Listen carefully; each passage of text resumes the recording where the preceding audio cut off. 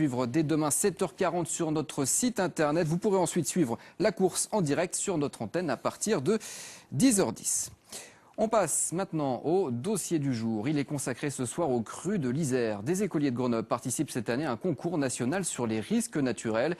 L'occasion de découvrir les caprices de la rivière qui traverse leur ville et les solutions qui ont été mises en place pour s'en protéger. Joël Serroni et Jérôme Ducrot. En route pour un retour dans le passé, sur les traces d'un événement qui a marqué l'histoire de Grenoble. Le quartier de la place Sainte-Claire, recouvert par l'Isère en colère. Nous sommes en 1859. Le voyage peut commencer. Ça s'appelle comment ici? 1859. Jean-Pierre Char, historien, géologue, c'est lui qui va guider les enfants dans la ville à la recherche des indices. Leur raconter comment tout est arrivé. Il a plu pendant plusieurs jours à la fin du mois d'octobre. Une petite pluie tranquille, comme il en tombe en automne. Vous savez que l'automne est souvent... C'est un repère de crues, il y en a partout dans la ville de Grenoble. Ces repères ont été mis pour garder la mémoire de cette inondation. L'eau, elle monte jusqu'où? Jusqu'à un... Il suffit de regarder sur les bords, on voit des fois les dernières traces.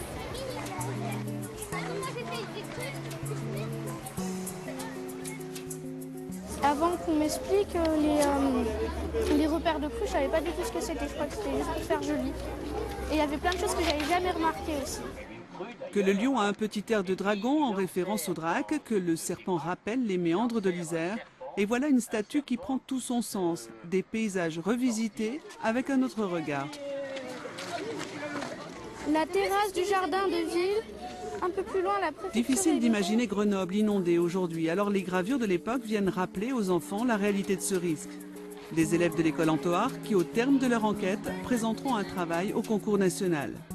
La ville souhaite impliquer les plus jeunes dans sa politique de prévention des risques majeurs. Elle accompagne 4 classes de CM2 dans l'aventure. L'intérêt, c'est de faire connaître aux enfants les risques qui pèsent sur la ville et puis surtout d'aller chercher des renseignements. En fait, c'est de jouer un peu aux enquêteurs, d'aller voir leurs parents, ils vont aller faire des recherches aux archives, ils font aujourd'hui des recherches sur le terrain, ou en tout cas ils collectent des informations pour connaître les risques et connaître les moyens aussi que l'homme a mis en place pour réduire ces risques pour la population. Pour terminer la visite, direction la Bastille et son magnifique panorama sur la cuvette grenobloise. D'ici, l'œil de l'expert décline le paysage comme un cours d'histoire, de géographie, de géologie aussi. Passez-vous autour pour pouvoir tous écouter. Ce qui est bien, c'est que c'est global et que ça permet de traverser beaucoup de disciplines.